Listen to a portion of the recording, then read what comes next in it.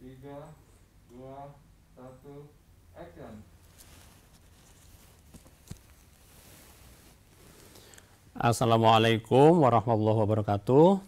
Salam sejahtera bagi kita semuanya. Teman-teman Masya, Universitas Terbuka dan para pemirsa pada umumnya, mari pada hari ini kita bincang-bincang lagi tentang filsafat, ya. Jadi kalau pertemuan yang pertama kita sudah bicara sampai yang ketiga itu adalah bicara tentang knowledge, sains dan filsafat, bagian 1, bagian 2, bagian ketiga. Nah, kali ini kita akan bicara pada lebih spesifik, yaitu filsafat administrasi negara atau administrasi publik, ya. Nah, jadi lagi-lagi bahwa kalau kita bicara tentang filsafat itu adalah kita bicara tentang hakikat, ya. Nah, jadi kalau kita bicara tentang filsafat administrasi publik, itu kita akan bicara tentang apa sih hakikatnya, ya. Jadi hakikat administrasi publik itu seperti apa, ya. Nah, nanti kalau kita bicara tentang sains, ya, sains administrasi publik itu kita bicara tentang konsepnya dan teorinya. Nah, jadi supaya nanti teman-teman tidak bingung, ya, maka harus bisa membedakan. Kalau kita bicara tentang filsafat, kita bicara tentang hakikat. Tetapi kalau kita bicara tentang sains, kita bicara tentang data, konsep, dan teori. Ya. Nah, jadi kita akan bicara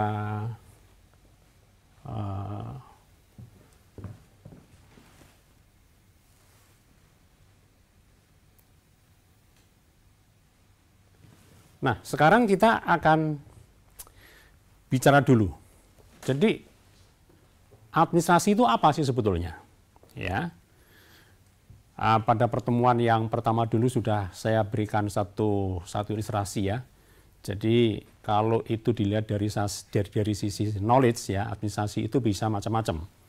Ya, artinya itu hanya diindra oleh panca indera itu bisa nanti pengertiannya bisa hanya surat menyurat, adalah tata warkat, kemudian kegiatan perkantoran. Nah, itu adalah pengertian administrasi dari dari sisi knowledge.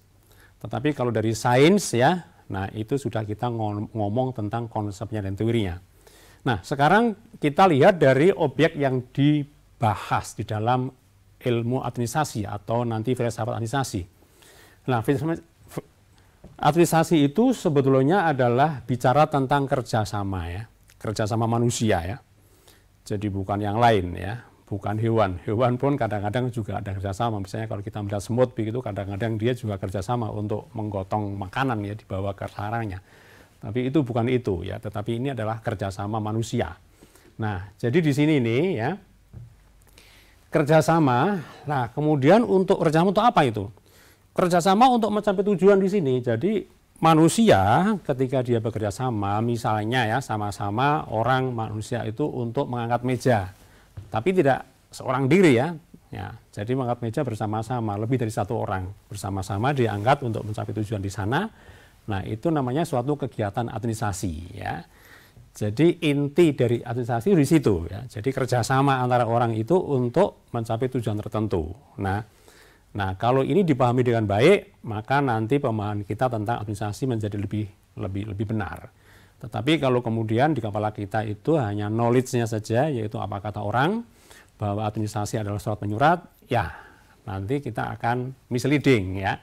Menjadi tidak pas, ya, antara apa yang kita bahas dengan apa yang ada di kepala. Nah, jadi inti administrasi itu adalah kerjasama manusia, ya. Jadi ini masuk manusia, ya, manusia ini, bukan hewan. Jadi kerjasama manusia. Untuk apa? Untuk mencapai tujuan. Nah, untuk kerjasama itu nanti ada pendukungnya, ya.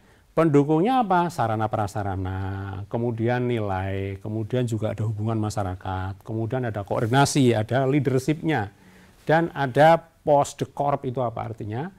P itu adalah planning, O-nya organizing, directing, coordinating, ya, reporting dan budgeting, ya.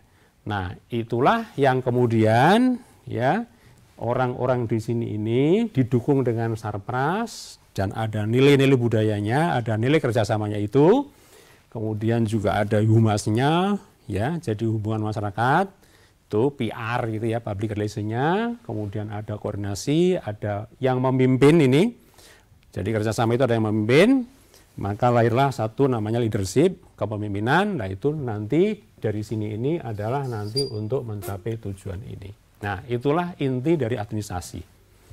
Nah, sekarang kalau kita ngomong dari sisi ilmu, ya, kita ngomong dari sisi ilmu, ya, nah, kemudian juga filsafat, ya, maka di sini kita akan melihat, ya. Jadi setiap kita mengkaji sesuatu, apapun, ya, apakah itu politik, apakah itu sosial, apakah itu budaya, apakah ekonomi, ya, maka kita tentukan dulu mana objek materialnya dan kemudian ada objek formalnya. Apa maksudnya? Yang dimaksud dengan objek material itu apa? Objek material itu adalah materialnya, materinya. Jadi kalau kita itu ngomong administrasi itu materinya apa? Material. Jadi materinya apa itu ya. Maka itu dikatakan objek materialnya. Nah, kemudian yang dimaksud dengan objek formal itu apa? Objek formal itu adalah pandangan kita. Ya. Jadi perspektif kita, jendela kita untuk melihat itu ya. Dari arah mana, ya? Contohnya adalah ini manusia. Ya. Manusia itu objek sebagai satu objek materialnya manusia. Nah, kalau manusia itu dilihat dari perilakunya, ya, perilaku psikologinya, perilaku yang diekspresikan dari jiwa, maka berarti objek formalnya adalah psikologi itu nanti objek formalnya adalah psikologi. Kemudian objek materialnya sama manusia, tetapi kemudian yang dilihat ini adalah dari interaksinya, ya, interaksi antar manusia itu yang berpola misalnya begitu.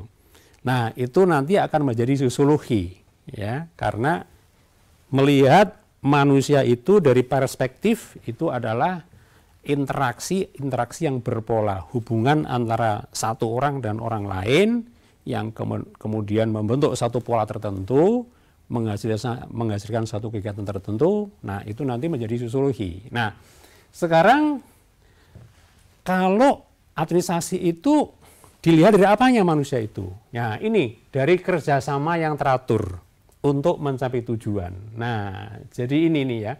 Jadi kalau kita lihat manusia itu dari kerjasama yang teratur ini untuk mencapai tujuan di sini inilah, ya.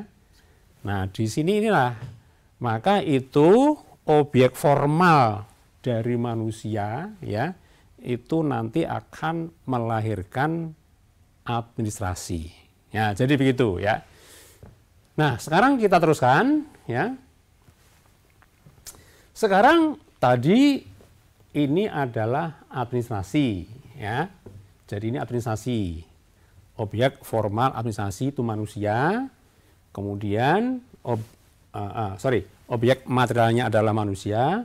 Objek formalnya itu adalah yang kerjasama itu. Jadi manusia yang kerjasama itu. Maka inilah yang melahirkan namanya administrasi.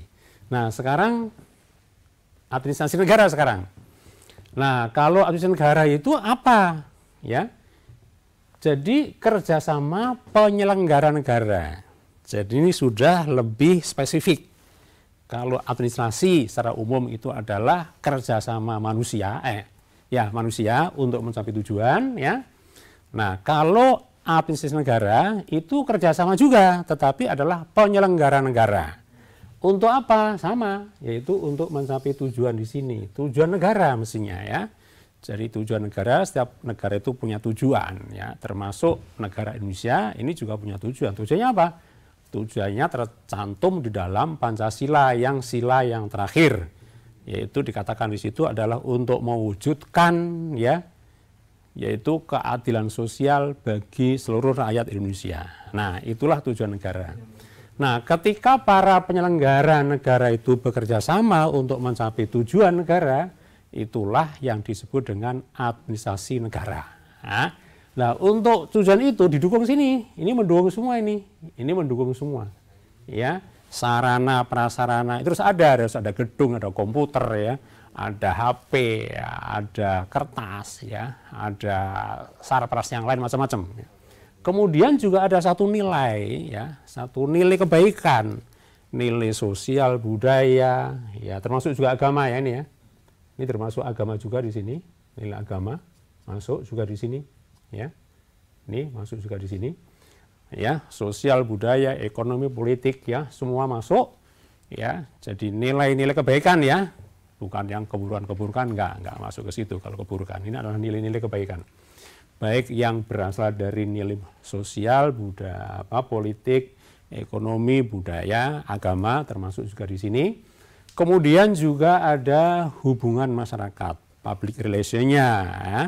Jadi kalau teman-teman melihat itu Pak Presiden punya juru bicara, lah itu tuh dalam rangka untuk mencapai tujuan, nah, itu juga ada jubirnya, menteri juga punya jubir ya. Kemudian siapa? Dirjen juga punya jubir ya. Kalau negara itu formalnya adalah Menteri Penerangan itu ya. Nah, tetapi ada juga jubir, KPK juga punya jubir itu. Nah, itu adalah humas. Kemudian ada didukung juga dengan leadership, yaitu kepemimpinan.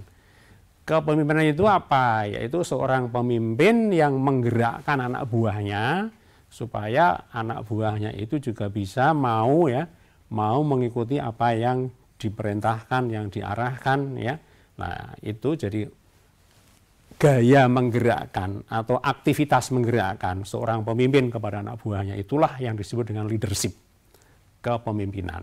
Nah, juga ini harus ada koordinasi ya. Karena apa? Karena penyelenggara negara itu kan selalu bentuknya nanti ada organisasinya. Nah, organisasi itu kan ada bosnya, ada pembantunya, ada bawahan-bawahan macam-macam itu kan. Ada staf, apakah itu staf lini, apakah itu staf staff ya, pembantu saja, apakah itu staf yang di bawah koordinasinya. Nah, untuk bisa digerakkan semuanya, maka harus ada koordinasi. Siapa yang mengkoordinir? Yaitu leadernya ya. Nah, leader yang menggerakkan anak buahnya dalam satu bentuk kegiatan untuk mencapai tujuan, maka itu melahirkan satu leadership, melahirkan satu kepemimpinan ya. Oke.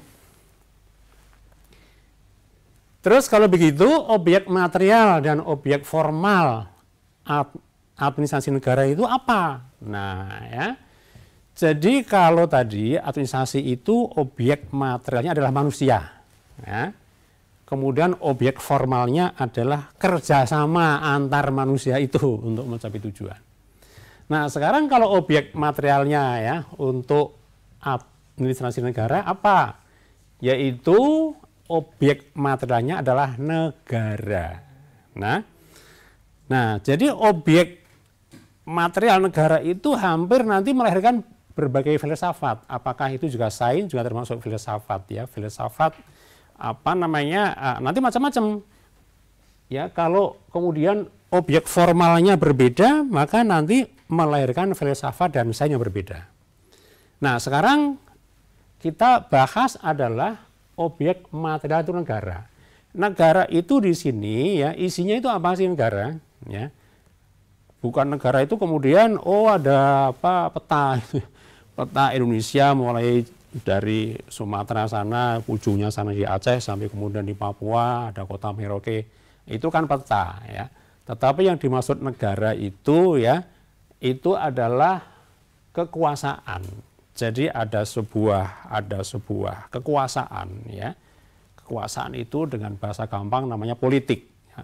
Jadi politik itu kekuasaan. Ya, jadi ada kekuasaan. Nah, kekuasaan negara itu di dalam negara demokrasi itu ditampilkan ya ditampakkan dalam 3 cabang kekuasaan ini, yaitu yudikatif, eksekutif, dan legislatif. Nah, inilah tampilan dari sebuah kekuasaan negara, ya. Jadi yudikatif itu lembaga peradilan, ya. Eksekutif itu lembaga presiden dan para menterinya, itu namanya eksekutif. Kemudian legislatif itu adalah parlemen, yaitu lembaga pembuat kebijakan-kebijakan politik yang nanti akan diserahkan kepada lembaga eksekutif, ya. Dan yudikatif itu adalah satu penjaga, ya, supaya aturan main di dalam penyelenggaraan negara itu tidak melenceng, tetap ditaati. Kalau ada yang melenceng nanti akan diluruskan, mulai hanya dibetulkan sampai kemudian juga dihukum. Jadi nanti penyelenggaranya kalau memang itu tindakannya itu pidana, ya dihukum gitu ya. Tetapi kalau hanya menyimpang, ya nanti diberikan satu sanksi-sanksi administrasi, ya.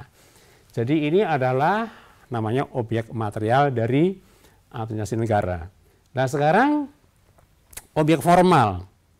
Kalau negara itu, ya, sebagai satu objek material itu dilihatnya itu dari, ya, dari apa namanya dinamika kekuasaannya, maka itu nanti menjadi ilmu politik, gitu ya.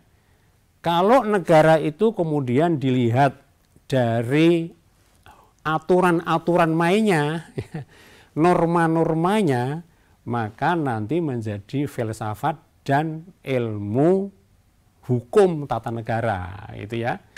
Nah, sekarang kita lihatnya, kalau melihat objek formalnya itu, ya, dari perspektif apa? Dari perspektif tata kelola negara, tata kelolanya, ya.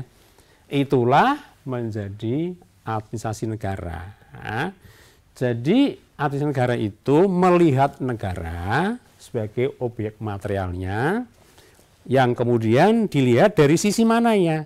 Dilihat dari sisi tata kelolanya. Bagaimana negara itu dikelola, ya. Kata dikelola itu dimulai dari adanya perencanaan. Intinya 3, ya. Kemudian setelah ada perencanaan, kemudian pelaksanaan. Nah, diakhiri dengan kontrol, pengendalian. Nah, itu kalau kita ngomong tentang tata kelola atau manajemen, ya. Nah, tata kelola negara itu ada ini, ada setidaknya, ya. Jadi setidaknya ini ada 3 bagian yang penting, ya. Yaitu adalah tata kelola tadi, karena objek materialnya adalah 3 lembaga, maka, ya, tata kelola, ya, tata kelola negara untuk mencapai tujuan negara itu, ya, tata kelola yudikatif. Jadi kebijakan manajemen tujuan, kebijakannya apa, kemudian manajemennya bagaimana, dan tujuannya apa. Yang kedua adalah tata kelola eksekutif, nih, yaitu kebijakannya seperti apa, kemudian manajemennya seperti apa, dan tujuannya apa. Dan terakhir adalah tata kelola legislatif, yaitu kebijakannya apa, manajemennya apa, tujuannya apa. Nah, inilah, ya, objek material dan objek formal dari administrasi negara. Nah, sekarang tujuan negara. Jadi semua kalau kita bicara tentang administrasi itu nanti berakhir pada tujuan negara. Ya, jadi tadi kerjasama para penyelenggara negara itu yang ada 3 cabang kekuasaan itu, yaitu yudikatif, eksekutif, legislatif, atau dibolak-balik, ya, legislatif, eksekutif, yudikatif, nggak apa-apa, ya. Nah, itu nanti harus berakhir pada pencapaian tujuan. Nah, itulah yang kalau kita ngomong tentang administrasi negara. Nah, sekarang tujuan negara itu apa? Tujuan negara ini para ahli itu macam-macam ternyata, ya. Jadi setiap negara tergantung kepada sejarahnya, tergantung kepada ideologinya, tergantung pada pengalamannya selama ini. Nah, itu ternyata macam-macam, ya. Nah, ada negara itu demi negara itu sendiri. Jadi membuat negara untuk apa? Ya untuk negara itu sendiri. Yaitu di sana yang penting pokoknya negaranya menjadi sangat kuat. Ya, jadi negaranya itu kuat, power, mementingkan power. Kemudian yang kedua adalah prestige, ya. Prestige itu apa? Hebat. Semua orang kagum dengan negara itu karena menjadi negara yang sangat kuat, gitu kan. Kemudian juga wealth state, ya. Jadi negara itu harus kuat, harus hebat, ya, prestige. Kemudian juga harus makmur, nah, gitu, kira-kira begitu. Kemudian ada lagi tujuan negara yang kedua adalah negara dibentuk itu tujuannya adalah negara demi rakyat. Ya. Nah, di sini ya tujuan negara ada yang pertama adalah keadilan sosial. Yang kedua adalah kebebasan. Jadi negara menjadi bagus, menyenangkan kepada semua rakyatnya ketika negara itu memberikan kebebasan, ya, liberty, liberal, ya. Contoh negara Amerika itu sejak awal itu didesain, ya, itu sebagai satu negara yang menjunjung liberalisme, menjunjung liberal, menjunjung kebebasan, ya. Kebebasan berpendapat itu sangat dijamin, ya. Maka di Amerika itu di sana yang namanya mengkritik presiden, mengkritik apalagi yang pejabat di bawahnya, itu nggak apa-apa, nggak ditangkap, ya. Tidak seperti di Indonesia, ya. Jadi kita mengkritik begitu, tangkap polisi. Nah, ini melakukan pencemaran nama baik kepada presiden, kayak gitu-gitu, ya.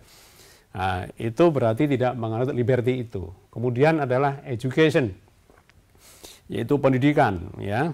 Jadi tujuan negara yang pertama demi rakyat itu ada yaitu keadilan sosial, kebebasan dan pendidikan. Artinya negara itu rakyatnya harus terdidik semuanya, tidak ada rakyat yang bodoh, kira-kira begitu, ya. Nah, kemudian ada juga negara demi kebahagiaan rakyat dan secara individual, ya. Nah, itu apa? Negara tujuannya apa? Adalah menciptakan happiness, ya, kebahagiaan. Jadi yang bahagia, semua rakyatnya bahagia. Kemudian juga menjadi negara yang semuanya orangnya itu moralnya baik, ya. Moralnya itu goodness, ya.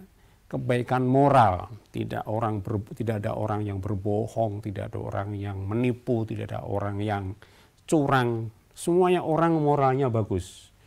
Kemudian juga cantik, ya, dan benar. Nah, ini luar biasa, ya. Jadi itu salah satu tujuan negara seperti itu, ya.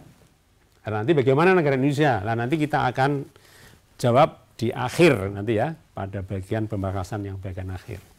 Nah, sekarang kita masuk lagi filsafat lagi. Waduh, ini bahasan yang bikin pening kepala ini. Kita terbang tinggi ke angkasa, ke langit Sabtu barangkali, ya. Karena kita bicara tentang hakikat, ya. Nah, lagi-lagi kalau kita bicara filsafat, maka lagi-lagi kita akan bicara tentang ontologi, bicara tentang epistemologi, bicara tentang aksiologi. Nah, baik, sekarang akan kita mulai dari ontologi. Jadi filsafat administrasi itu yang pertama kali dilihat dari kajian ontologi, yaitu pertanyaannya hakikatnya apa sih administrasi negara itu, administrasi publik itu. Nah, itu, ya. Kemudian dikaji dari sisi epistemologi. Nah, itu metode untuk mengatakan bahwa administrasi negara, administrasi publik itu adalah hakikatnya begitu. Oke, itu bagaimana memvalidasinya, menjustifikasinya, ya, bahwa administrasi negara itu adalah memang valid dan logis. Nah, itu kajian epistemologi. Kemudian dari sisi aksiologi lah, ini yang penting sekali, ya. Jadi barangkali, ya, jadi sejarah kuliah atau pelajaran tentang administrasi negara ini tidak begitu mendalam kajian aksiologinya begini, ya. Hanya mungkin sekilas-kilas begitu, sehingga sebuah aksiologi administrasi negara itu, yaitu nilai-nilai yang dibawa oleh para penyelenggara negara, ya, ini menjadi tidak good, menjadi tidak moralis, tidak berakhlak, ya, yaitu terbukti dengan adanya korupsi, ada kolusi, ya, ada suap menyuap. Nah, ini terkait dengan aksiologi. Karena apa? Karena aksiologi itu adalah bicara tentang value, tentang nilai. Ya, nilai itu di dalam filsafat itu ada 3. Aksiologi itu menyangkut tiga hal. Yang pertama adalah nilai etika dan moral. Yang kedua adalah nilai estetika, keindahan, ya. Jadi keindahan hakiki administrasi negara, si publik itu apa? Kemudian yang ketiga adalah nilai dan manfaat socio-political life, yaitu kehidupan sosial politik, ya, hakikat administrasi publik itu. Ya, itu ya. Jadi disinilah kalau administrasi negara itu kemudian kita naikkan pada tatanan filsafat, maka adalah kita akan ngomong hakikat. Ontologi adalah mengkaji tentang hakikat substantifnya. Ya. Kemudian epistemologi bicara tentang hakikat metode, ya, untuk memvalidasi dan menjustifikasi bahwa administrasi negara itu memang sesuatu yang memang benar adanya, ya. Ada hakikatnya, ada, ya. Tidak hanya sebuah mitos, sebuah dongeng, bukan. Nah, tetapi memang itu hakikatnya ada dan secara epistemologis itu bisa dicari caranya bahwa memang administrasi negara itu ada. Kemudian aksiologi itu bicara tentang sebuah value, ya, hakikat dari nilai-nilai administrasi negara itu apa? Yaitu nilai moral, nilai etik dan moralnya, kemudian juga nilai estetikanya, dan nilai socio-political life-nya seperti apa. Baik, sekarang kita lanjutkan, ya. Sekarang masuk kita, ya. Sekarang ontologinya, yaitu kita ngomong hakikat. Hakikat administrasi negara itu apa? Yaitu kerjasama para penyelenggara negara untuk mewujudkan tujuan negara. Itu hakikatnya, hakikat substantifnya, ya.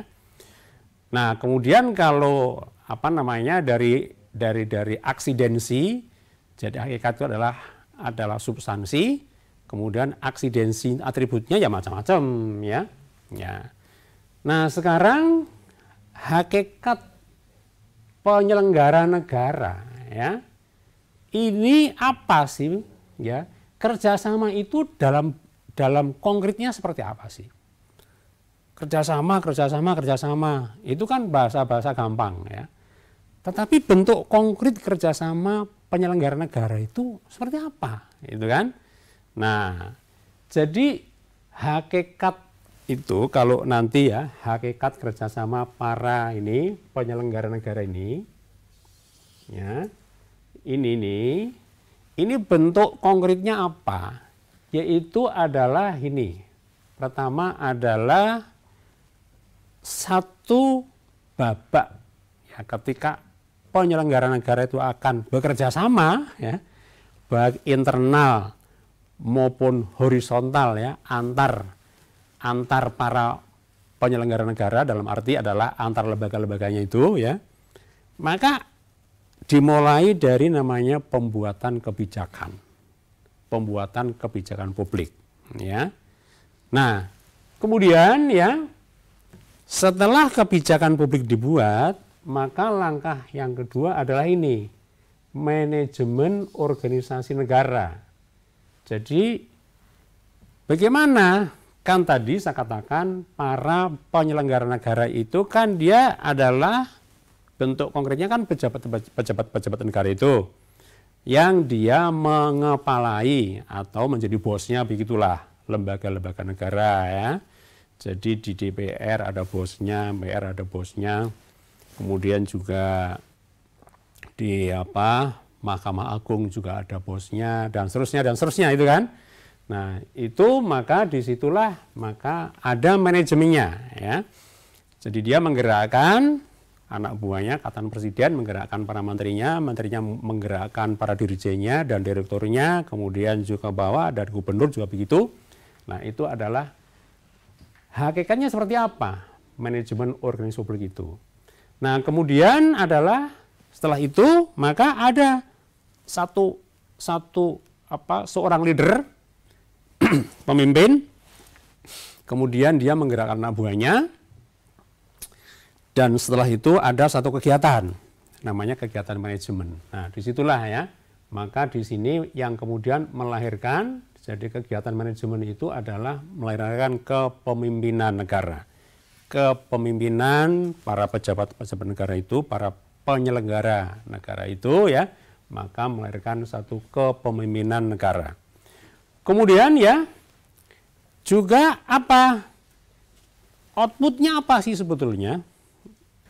Outputnya jadi para penyelenggara negara itu nanti outputnya jadi keluaran ya, keluaran dari manajemen para penyelenggara negara itu atau kepemimpinan itu nanti menghasilkan apa?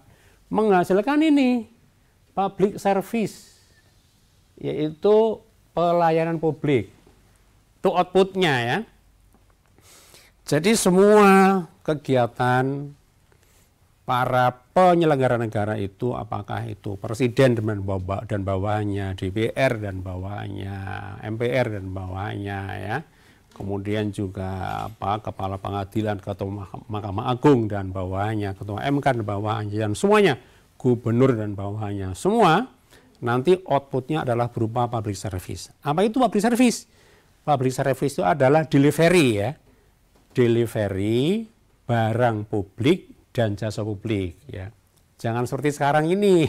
Sekarang ini itu memahami pelayanan publik itu kan pelayan kantor ya. Jadi kantor pemerintah, di sana ada satu kantor, ada petugasnya ASN atau non ASN ya, dia pegang atau menghadapi komputer atau menghadapi apa itu, kemudian menerima tamu. Itu katanya pelayanan publik. Tamu yang minta KTP, tamu yang minta perizinan, tamu yang minta sertifikat. Itu katanya dipahami ya, lagi-lagi ini tadi adalah pengetahuan namanya knowledge ya, dipahami sebagai itu namanya pelayanan publik. Bukan itu ya. Pelayanan publik itu, public service itu bukan itu. Public service itu adalah delivery intinya. Delivery ya. Apa itu? Yaitu public good. Barang publik. Dan jasa publik ya. Jadi kalau nanti teman-teman semuanya mendengar kata-kata public service, pelayan publik, di kepalanya itu dibuang ya, bahwa namanya pelayanan publik adalah ada kantor pemerintah memberikan pelayanan KTP, sertifikat, SIM, itu dibuang semua. Itu salah ya, bukan itu. Public service bukan itu. Public service itu adalah negara mendeliver barang publik. Contohnya jalan. Itu jalan publik. Mendeliver lagi apa? Jasa publik. Contohnya apa? Pendidikan dan perawatan kesehatan. Itu namanya jasa publik ya. Jadi peran publik itu adalah negara mendeliver barang publik dan jasa publik. Jadi outputnya begitu. Nah kemudian outcome-nya apa? Nah ini, outcome-nya harus ini. Untuk Indonesia, outcome-nya adalah masyarakat adil dan makmur. Ini bahasa lain, ya, artinya sama, tapi bahasa lain dari sila kelima Pancasila, yaitu keadilan sosial bagi seluruh rakyat Indonesia. Nah, disingkat dengan adil dan makmur, gitu kan. Nah, kemudian epistemologi, metodenya apa? yaitu metode untuk memastikan bahwa hakikat kerjasama penyelenggara negara tersebut valid, reliable, dan logis, ya, justifies, ya, memang itu bisa dibenarkan, ya. Nah, itu alat-alatnya untuk itu dengan namanya ilmu logika, ilmu dialektika, dan yang penting lagi riset, ya. Ya, ada satu penelitian, ya. Kemudian adalah ini public organization analysis, yaitu menganalisis organisasi negara, ya, organisasi publik. Nah, itu adalah tentang apa namanya ontologi, epistemologi, dan aksiologinya, ya. Sekarang kita aksiologinya, ya. Jadi aksiologinya apa, ya? Nilai-nilai kebaikan, ya, di dalam administrasi negara itu apa sih? Tadi kan ada 3, yaitu yang pertama adalah nilai etik, yang kedua adalah nilai estetis, dan yang ketiga adalah nilai manfaat sosial political life, kehidupan sosial politiknya.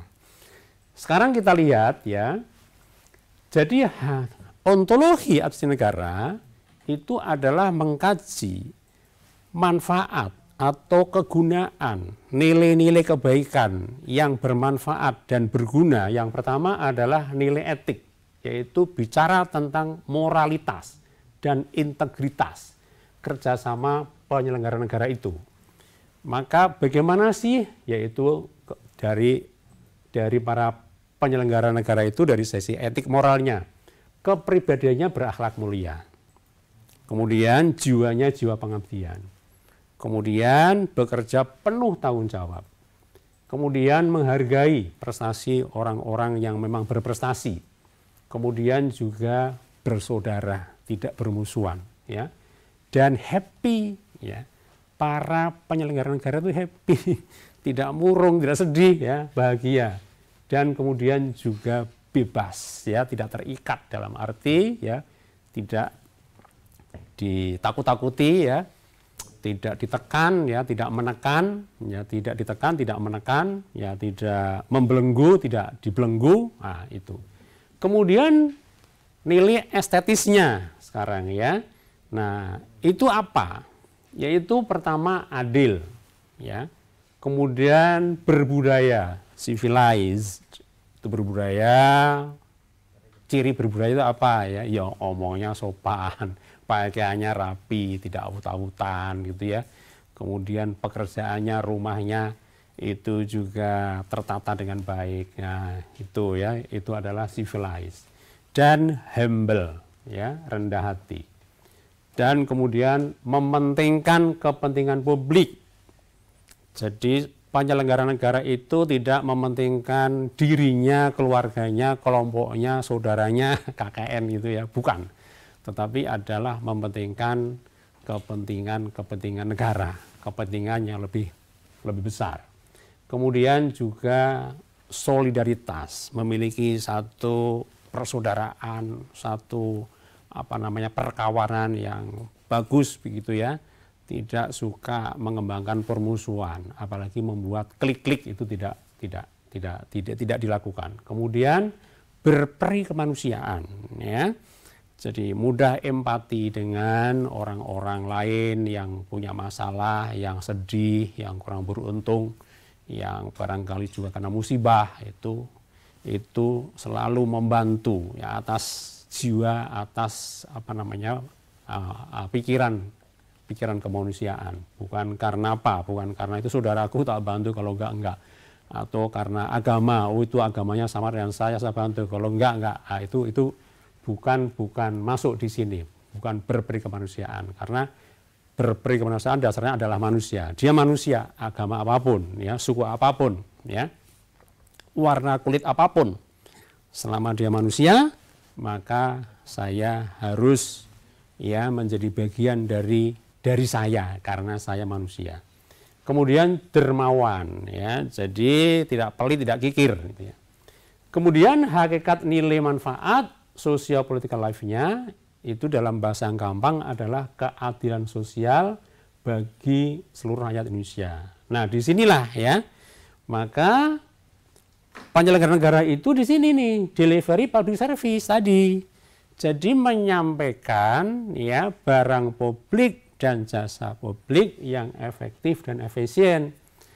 Nah, kemudian juga sikapnya adalah imparsial, tidak membeda-bedakan, tidak mendiskriminasikan ya tadi ya. Tidak karena daerah saya bantu, kalau bukan daerah saya tidak. Oh itu karena itu orangnya itu adalah sesuku dengan saya bantu ya. Atau saya berikan pelayanan baik yang bukan sesuku saya, tidak, bukan itu. Kemudian menghargai HAM ya. Jadi ini penting ya. Ini sebagai satu nilai-nilai universal ya, sudah disepakati di dunia, maka dihargai. Kemudian ini yang penting adalah selalu berpikir untuk menghilangkan kemiskinan. Karena ini sejak zaman dulu ya, Islam datang itu pun juga apa namanya? Salah satunya adalah berupaya di samping untuk membangun akhlak, juga berupaya untuk menghilangkan kemiskinan. Oleh karena itu salah satu ajaran Islam adalah zakat. Zakat itu adalah satu instrumen ya, supaya orang miskin itu tidak ada. Kemudian selanjutnya, nah sekarang kita bicara ya tentang sainsnya. Jadi itu tadi filsafat, tuh tadi, jadi administrasi negara dilihat dari ontologinya, epistemologinya, aksiologinya gitu ya. Nah sekarang kita akan masuk ke lebih sempit lagi. Karena apa? Kok saya katakan lebih sempit ya? Karena memang sains itu adalah anak kandungnya filsafat. Jadi sekarang kita masuk ke anak kandungnya. Tadi kita bicara tentang filsafatnya, sekarang kita bicara tentang sains. Nah, sains itu adalah, ya sekarang apa? Ya, jadi lagi-lagi, kalau kita bicara tentang administrasi negara, maka core-nya itu di sini. Ya. Jadi kerjasama penyelenggara negara untuk mencapai tujuan negara. Nah, kalau kita, tujuan negara kita itu adalah sebagaimana sudah tertulis dalam dokumen yang berulang-ulang kita hafalkan, kita baca ya, yaitu Pancasila, khususnya sila kelima, yaitu keadilan sosial bagi seluruh rakyat Indonesia. Lah itulah ya tujuan negara kita itu ya. Nah, oleh karena itu di sini kerjasama ini dukung tadi sudah saya jelaskan. Sarana prasarana, kemudian kepemimpinan, koordinasi, ada humas, kemudian juga ini ya manajemen ini, post corrupt manajemen, kemudian ada sebuah value, nilai sosial juga ditambah agama tadi ya, sini ya, tambah nilai-nilai agama. Ya inilah, jadi kalau kita bicara tentang sains administrasi negara di Indonesia. Nah, sekarang objek formal dan objek materialnya apa? Nah, ini kita bicara Indonesia ya, tadi kan umum. Kalau di negara Indonesia, maka objek formalnya negara, yaitu politik atau kekuasaan. Politik atau kekuasaan itu di negara kita itu ditunjukkan pada lembaga ini. Yaitu ada presiden, ada DPR dan DPD, ada Mahkamah Agung dan Mahkamah Konstitusi. Jadi inilah ya yang tadi saya katakan 3 cabang kekuasaan itu, yaitu eksekutif, legislatif, dan yudikatif gitu kan. Nah sekarang objek materialnya apa? Yaitu kerjasama penyelenggara negara untuk mewujudkan tujuan negara. Nah secara jelas apa? Yaitu yang pertama adalah kebijakan publik. Ya, jadi bagian pertama dari objek kebalik ya. Sorry. Ini ini objek material ya. Ini objek formal ya, balik ini ya. Balik ini ya. Oke.